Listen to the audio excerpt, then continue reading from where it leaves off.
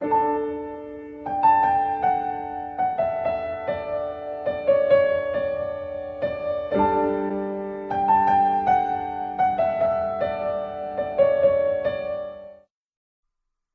ladies, gentlemen, and others. My name is Dan, the voice behind that Kaito Dan, and Cinder Fall must die! Regardless of where you stand on Cinder as a villain, or a character in general, you can't deny that over the last few years, Cinder has carved a path of destruction so big, it's amazing she survived the backlash as long as she has.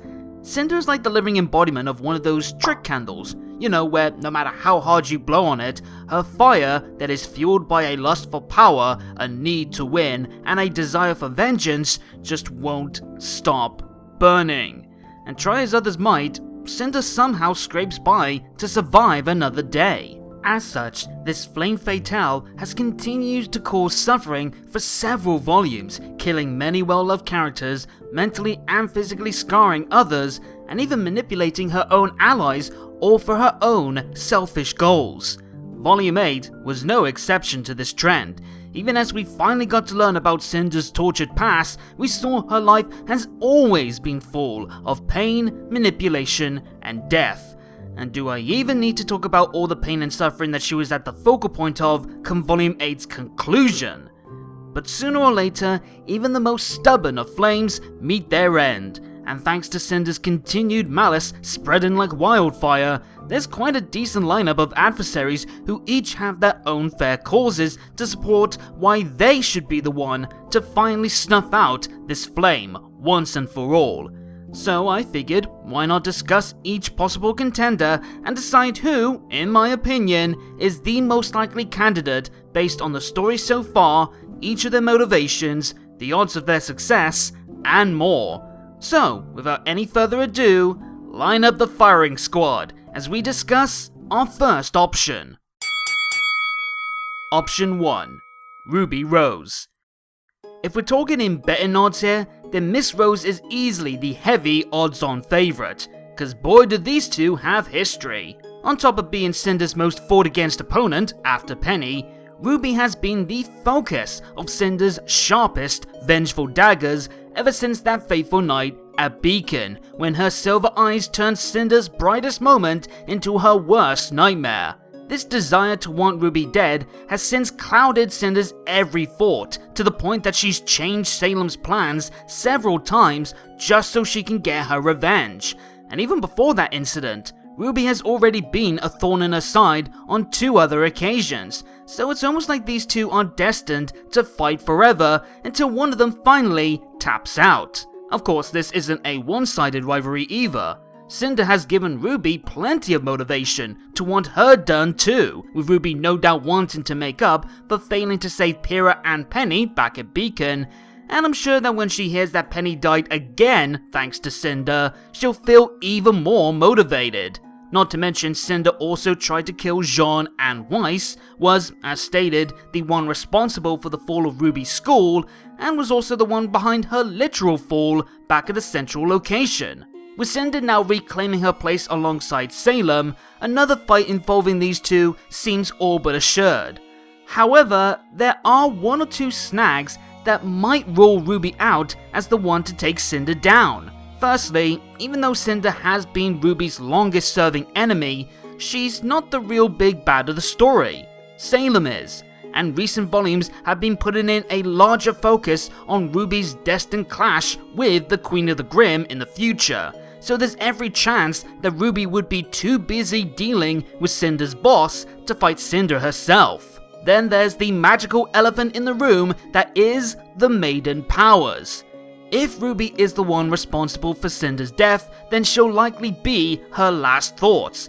And even though I know some within the fandom are cool with the idea of Ruby gaining some maiden magic, me personally, I'd rather she strictly just have Silver Eyes powers. Adding magic to her arsenal is super running the risk of making Ruby ridiculously overpowered to the point that it's hard to feel any tension in future fights knowing that she's a powder keg of ungodly power. Ruby doesn't need maiden powers for her story. and yet I'm having a hard time picturing how she could be the one to kill Cinder and not be the Vixen's final thought. There's also doubts about if RWBY would be willing to kill someone in the first place, let alone Cinder. Sure, RWBY does have a strong enough will to seem like she will do whatever is possible to stop an enemy, just ask Tyrion about his stinger. But beyond some hand-waving of the circumstances behind Torchwick's death, RWBY's never killed anyone. The Little Red most often looks to save people first before coming to blows. See her offering a hand of hopeful unity to Cordovan as well as Raven back at Haven, ironically leading to rejection via Cinder Fireball.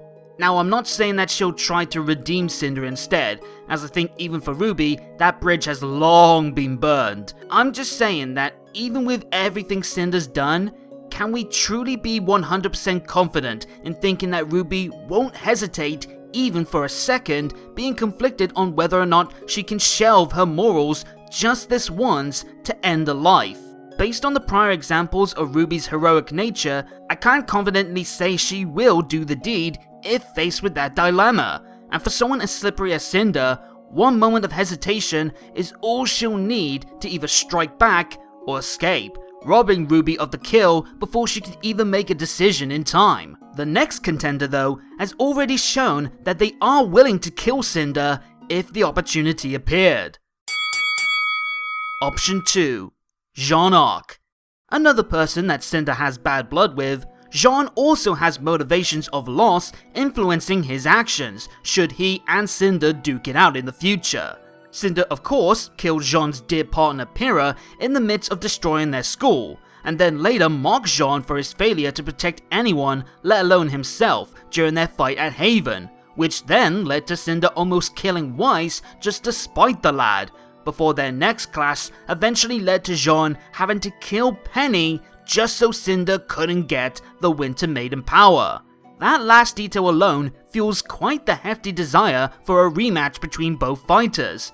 Cinder wanting payback for Jean robbing her of another maiden's powers, and Jean wanting to end Cinder's reign of terror before more people have to suffer by her hands. And unlike RWBY, I have plenty of confidence that if given the opening, Jean would certainly try to kill Cinder, since 1. He was willing to kill a friend if it meant Cinder couldn't win, and 2. He was a whisker away from doing so already at Haven. Lastly, it does feel like we're setting up a Rule of 3 situation with Cinder coming out of their past 2 clashes the better. So perhaps come around 3, Jean finally gets the win, defeating Cinder for good, and at long last he's able to truly move on from the weight of his past failures to protect those he holds dear. Then again, we are talking about a guy with just a sword and shield going up against a magical, fire-breathing demon woman. So even though his motivations are well founded, the odds of his success are quite dim in comparison to some of the others on this list. Case in point, Option 3. Winter Schnee. A recent addition to Cinder's long list of rivals, the Atlas Specialist has also clashed with Cinder on 2 occasions, both times related to the powers of the Winter Maiden, which the eldest Schnee sibling now commands. Before this, Winter's motivations to stop Cinder stemmed mostly from just her role as a soldier. It was her job to tackle whatever forces tried to harm her kingdom. Though while unspoken, I imagine Winter would also want to stop Cinder on a personal level for almost killing her sister.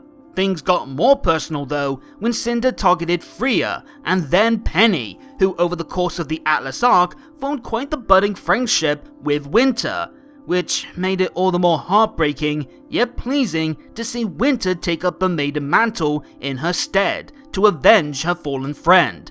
And if not for Cinder once again using her opponent's loved ones to her advantage, Cinder could have easily met her end there. Now Winter was able to fight Penny's killer on equal magical footing.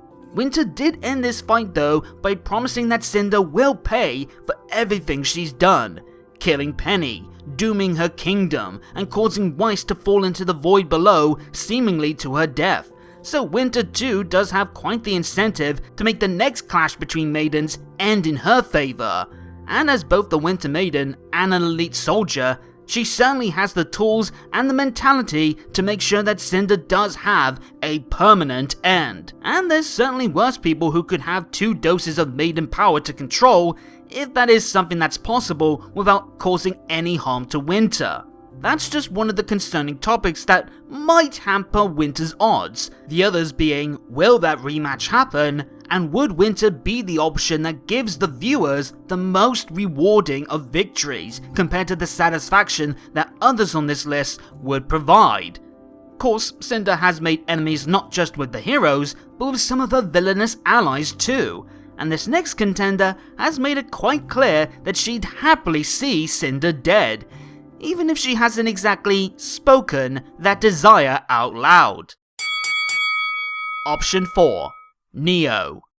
Once an associated member of her faction during the events in Vale, Neo has since gone on to be another person with the loss of a loved one, fueling her wish to make Cinder pay, the muted killer partly blaming her, alongside RWBY, for Torchwick's death.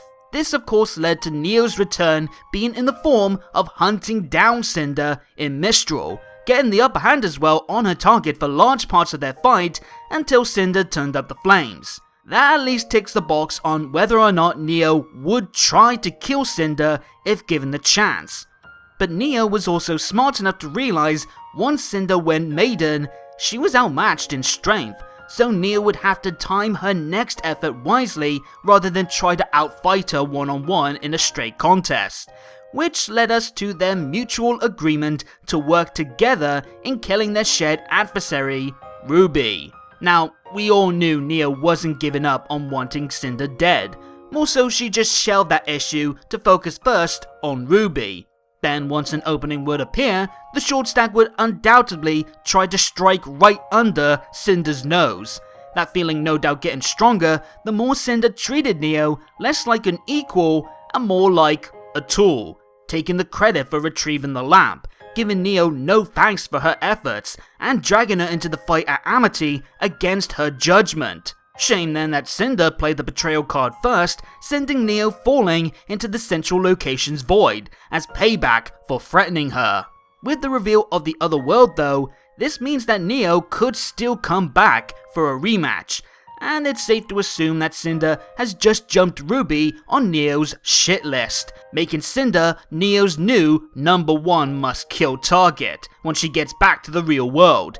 Heck, it could even lead to another surprise temporary alliance, this time with the other Fallen Faces, who would also love another crack at Cinder. Though, that remains to be seen. As for my thoughts on Neo becoming the full maiden if she was Cinder's killer, well, if she's redeemed to be at least some sort of anti-hero, I would be cool with that. It gives Neo a purpose in life as another protector of the world, even if she's more of a chaotic neutral maiden than those we've met before. If she stays a villain though, I kinda doubt the story will end with such a troubling threat like a maiden Neo being left up in the air, so unless that does get addressed after the fact, which might be a bit tough to do in terms of the ending of whatever this story has, I reckon that possibility won't come to pass, which may harm Neo's chances for payback. The only other things that I can see get in Neo's way is that there's no 100% certainty she'll make it out of the other world in the first place. And if Neo does get out, would she stick around? Or would Neo decide she's had enough of being caught up in this war of grim queens, magical items, and no one left to trust but herself, instead choosing to get out while the getting's good? This next contender is another ex-ally of Cinder's, though the emotions tying them together are a little bit more complicated than the rest. Option 5. Emerald Sustrai. The relationship between Cinder and Emerald has been hardly the purest one, to say the least. While Cinder helped pull Emerald from the life of a pickpocket barely getting by each day, she did drag her into a far more chaotic life as one of her assets, taking full advantage of Emerald's hallucination semblance and growing fondness for her savior to keep her loyal, in spite of moments that Cinder got abusive. There was that hope though that Emerald could break free to find a healthier circle to be a part of, with her showing signs of confliction over the beacon turmoil she was involved in, and when she and Mercury were left behind with the vastly more sinister folks in Salem's lot, Mercury used this as a chance to try and make his partner see the truth about how Cinder views the girl, which Emerald did refuse to accept. Cinder, for the longest time, was the biggest thing keeping Emerald in the villain camp, even with it being plain to everyone the care and support that she had for her rescuer only went one way. However, last volume was the moment that she finally realized she was on the wrong path and cut ties, now aligning herself with the heroes, which certainly means that one day, Emerald and Cinder will cross paths again. Now some of you may be asking, why would Emerald try to kill Cinder if she cared about her so much? Well, it all really depends on Cinder, doesn't it? She knows that Emerald has jumped ship thanks to Jin's flashback, and she certainly didn't look happy about it. So when that reunion does happen, I can't see Cinder offering Em a chance to stand beside her again. More likely she'll try to kill Emerald for daring to betray her, making her true feelings so obvious even Emerald can't ignore it anymore. Hopefully then realizing that she has to fight her former master if she has any hope of surviving. Of course, Cinder's ultra powerful and she would likely overpower Emerald relatively easy, but there's always a chance that Em could catch her off guard with a hallucination or get the drop on her to save someone else in the midst of a fight, like say RWBY or Oscar.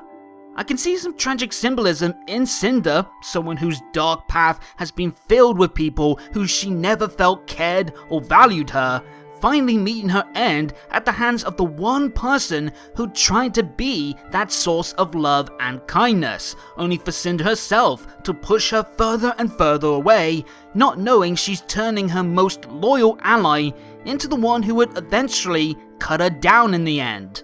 I even think Emerald could be a good fit for the next Full Maiden, going from scavenger survivor to magical protector of the people, perhaps with the aid of Oscar as well, who thanks to his own magical learning and Ozpin's memories would be a good teacher for Em, and he already has become a bit of a supportive figure for the ex-thief on her path to redemption.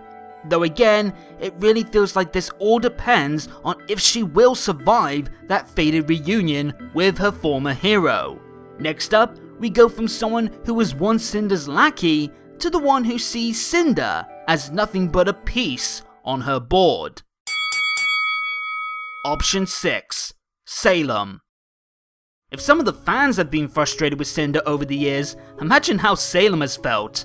Since taking her in as her subordinate, Cinder has given Salem a mixture of bad results that has tested the Grim Queen's temper on more than one occasion.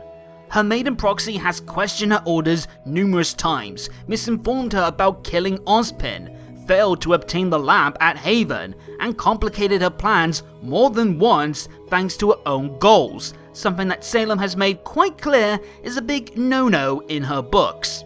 Their working relationship, if you can call it that, is quite something as well. Salem making it no secret as of late that Cinder may gain some favour as her most useful piece on the board, but she is still a piece nonetheless, even putting Cinder through torture through her grim arm as a reminder of her dominance over her minion. Meanwhile, Salem is the only person that Cinder is willing to drop her pride for and act submissive to, doing her best to not cross her queen too much, at least while she's present. When she's not around, you can tell Cinder wishes that she was at the top of the food chain, and her disregard for Salem's orders, plus recent lying about what really went down at the central location, has to make you wonder when, not if, she'll finally act on that need to be the player, not the piece. Will she wait until she has even more maiden power, or perhaps one of the remaining relics that she reckons will be enough to beat even the immortal witch? Or will it be Salem who acts first? Surely she will learn one day about Cinder's lies, but even beyond that, sooner or later, Cinder will be too much hassle to bother keeping around if she keeps acting selfishly. So will Salem cut down Cinder before she could even attempt a coup? Perhaps with that grim arm that she can still control. No matter who instigates things, a clash between the Wicked Witch and her Twisted Maiden seems destined to unfold at some point, and it wouldn't be unexpected to see Cinder's power-hungry schemes ultimately end with her being slain by the one person she could never overcome. Though I can't deny, I'd much rather see Cinder fall to one of her victims, rather than someone she's wronged only on a planning level. And then finally, we have the wildcard option. Option 7. Cinder Fall. I mean, more often than not, Cinder's biggest enemy is herself. She has all this incredible power, master-level fighting skills, a sharp brain capable of creating multi-layered plans, working off new information and her enemies' weaknesses, and yet she still lets her emotions get the better of her, leading to defeat after defeat after defeat. Sure, this recent volume has handed her ass physically and verbally so much that she's had to come to terms with that harsh reality of her parts in her own downfall, but while she may have learned from this to be less emotionally motivated to the point of self-destructive, she's still shown by betraying Watts and Neo that she still will act based on her emotions. She'll just go about it with more focus and planning than just blindingly diving in expecting nothing to go wrong. But what if that next time she took a gambit, it did go wrong? Wouldn't it just be truly fitting that Cinder's end came not at the hands of an enemy she's wronged or the allies she discarded for power, but by once again not thinking things through enough, and one more act of selfish greed came back to bite her? Like, say, using the power of a relic incorrectly, or she tries to obtain the powers of the gods only to meet their wrath, or her emotions turn so toxic and negative in the midst of an all-out war zone against an enemy, she meets the same end as Roman, turning into a heat sink of negative emotions that causes a Grimm to kill her. Her pride literally cometh before her fall. An ungraceful way to go for sure, but still, I can't help but see the irony there. Then again, this has been the setup for a few of her past failures, so the appeal of such a final note might have already lost its luster by now. So, that's all the major contenders I can think of. Time we start forming an answer to this question. But before I take my shot at guessing who will kill Cinder, let's toss this question to the people. I asked folks on Twitter recently who they think will do the deed and why, and these are just a handful of the responses. Quite the decent spread of responses, many even thinking that Cinder won't die, which ain't a bad shout either, though I think somebody's being a little cheeky. Then again, a true clash of the fire-powered fiends perhaps? But all jokes aside, what do I think? Well, let's start trimming the field down to my most viable picks, in my eyes. Each of the options have more than enough fair reasonings to take on Cinder in some form or fashion in the future. But when looking at who would most likely be Cinder's final fight, and the way that RWBY's narrative is panning out so far, it narrowed down to RWBY, Jean, and Salem. As for the other options, Emerald, Neo, and Winter, I all still fully expect to cross paths with Cinder again at some point, don't get me wrong. But I can see all three of them only have smaller encounters in the midst of a wider battle, especially if it's during the final volume where we could see a full-scale war between the United Remnant and Salem's Grimm forces. Winter would be a frontrunner for sure to take on Cinder again at some point as one of the few heroes able to match with her on a power level. But I imagine she would also be focused on leading her Atlas forces on the front lines, so Winter may be way away from wherever Cinder is to be involved in her end. Then there's Emerald and her expected tense reunion with Cinder, which I feel will be more of a big personal battle that's only a small part of a wider chain of events, rather than the climactic battle of Cinder's story. It would no doubt be a massively important moment for both characters, but not really enough to serve, in my opinion at least, as the foundation for Cinder's final fight, when her impacts are much larger than this complicated relationship. Plus, again, Cinder would vastly overpower Emerald one-on-one, and Emerald's focus would probably lean more towards survival rather than trying to actually defeat and kill Cinder. So unless it's part of a group effort against Cinder, which I can see be the structure of her last fight, Emerald may feature, but not necessarily be the deciding factor. Meanwhile, Neo, pending she does make it out of that strange wonderland and she decides to stick around, would put up a fight if confronted. But again, I can't see her wanting to fight Cinder head on when she already knows she'll be fighting against the odds.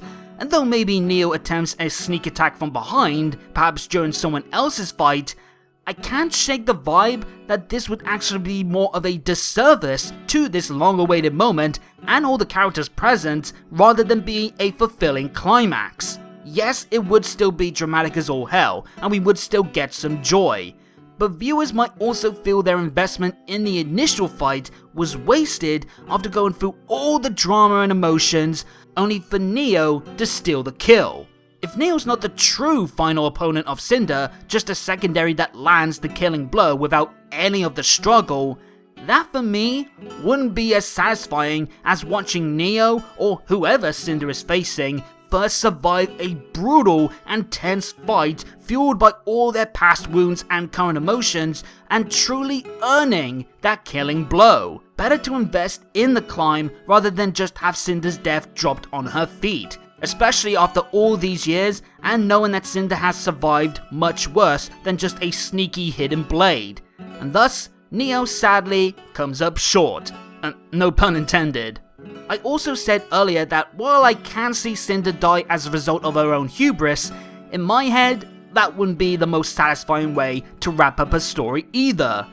It fit her story of constantly chasing new ways to become strong and still lose, but after all the people she's killed and tormented, the most fulfilling way for Cinder to go that would garner the biggest positive result from the fans has to be at the hands of someone she's wronged. That brings me back to my top 3 contenders, and the next one I cut off the list, Salem, simply cause she's not been wronged as much as the other two that would gain a lot more in the victory than Salem would on a personal level. Echoing Cinder and Emerald, a clash between these two looks like a high certainty, with either of the pair likely to kick off the brawl first once they deem their partnership no longer worth upholding.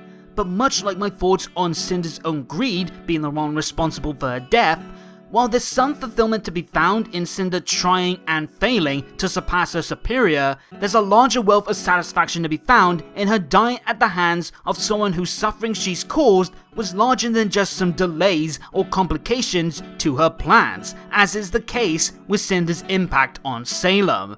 So while these two will undoubtedly come to blows sooner or later in the battle of the biggest bitchy witches, I just feel the story is leading and should lead to a more fitting opponent with more at stake and more fuel behind their actions than "you've worn out your usefulness" to me.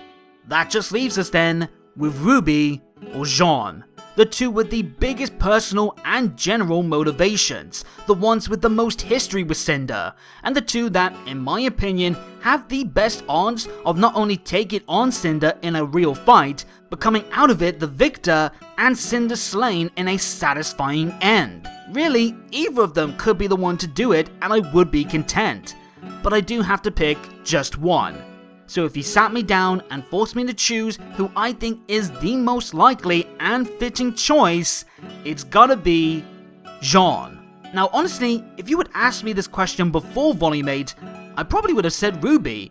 After all, she still hasn't had a proper one-on-one fight with Cinder in spite of their long history. Not to mention her silver eyes can help damage Cinder as an effective counter to her maiden powers, and RWBY finally redeeming herself for failing to protect Pyrrha and Penny by beating Cinder would be a compelling semi-final boss win to boost up her spirit immensely before confronting Salem in the endgame. But then Volume 8 rolled around, and we got that moment of Jean killing Penny to deny Cinder of her maiden power, the resulting clash leading to Cinder breaking Crocea Moors.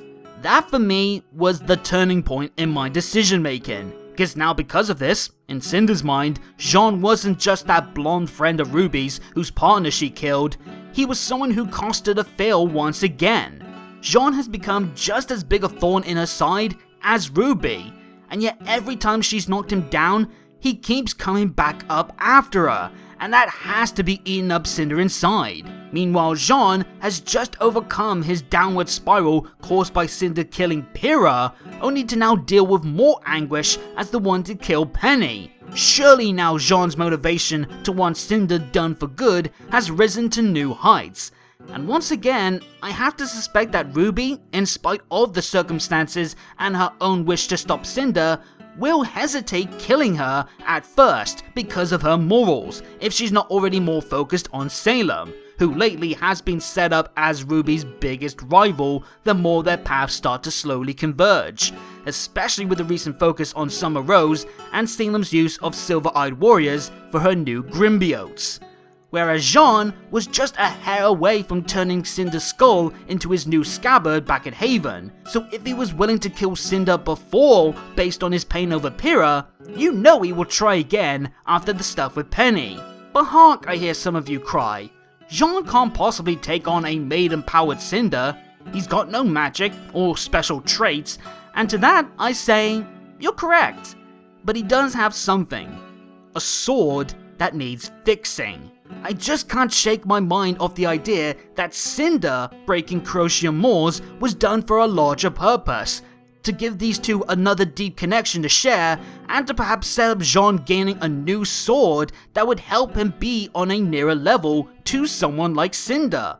Perhaps either the Sword of Destruction found in Vacuo, or a magical sword / upgrade to his broken blade that he acquires during his time in the Strange Wonderland. It's a bit of a long shot, I will admit, but with RWBY having bigger fish to fry than Cinder, my concern over her becoming the Maiden and her willingness to kill Cinder without question versus Jean and Cinder having new incentive to want the other dead and Jean being on course for a well-timed upgrade, this all adds up in my head to be the most probable result that best works off what's been set up so far, who would be a worthy foe for Cinder's last fight, who would realistically be able to kill Cinder, and most importantly, who would give fans the biggest satisfaction as the one to finally cut Cinder down.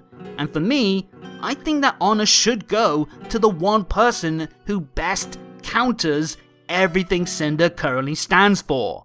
If Cinder is the one who has carved a path of destruction to gain power, abandoning love and bonds, believing that it would stop her from what she deserved, Jean is the one who walked tall through a troubled path to earn strength, fueled by love and bonds, which help him move forward to what he's earned. One kills for themselves, the other fights for everyone. In short, for me, this shared tale of vengeance, failure, death, and strength has to end with Cinder being stopped by another creation of her own selfish actions one last time. Someone just as driven by hurt and powerlessness as she is, but is stronger than she'll ever be. Thank you for watching this discussion video. It's been a subject that's been stuck on my head for years now, but I finally found the motivation to get it done after this recent volume, and I hope it resulted in a video that you enjoyed. Please do share your thoughts on this topic and my opinions in the comments down below, and I would really appreciate it as well if you give me any critiques on this type of speculative essay. And while you're doing so, hit the subscribe and bell buttons and tick the notification box to make sure you get every new video from me as they drop. And follow me on Twitter at ThatKaitoDan for more on anything to do with future videos on RWBY, updates on the channel, and more. But until next time, have a good day or good night, and peace out.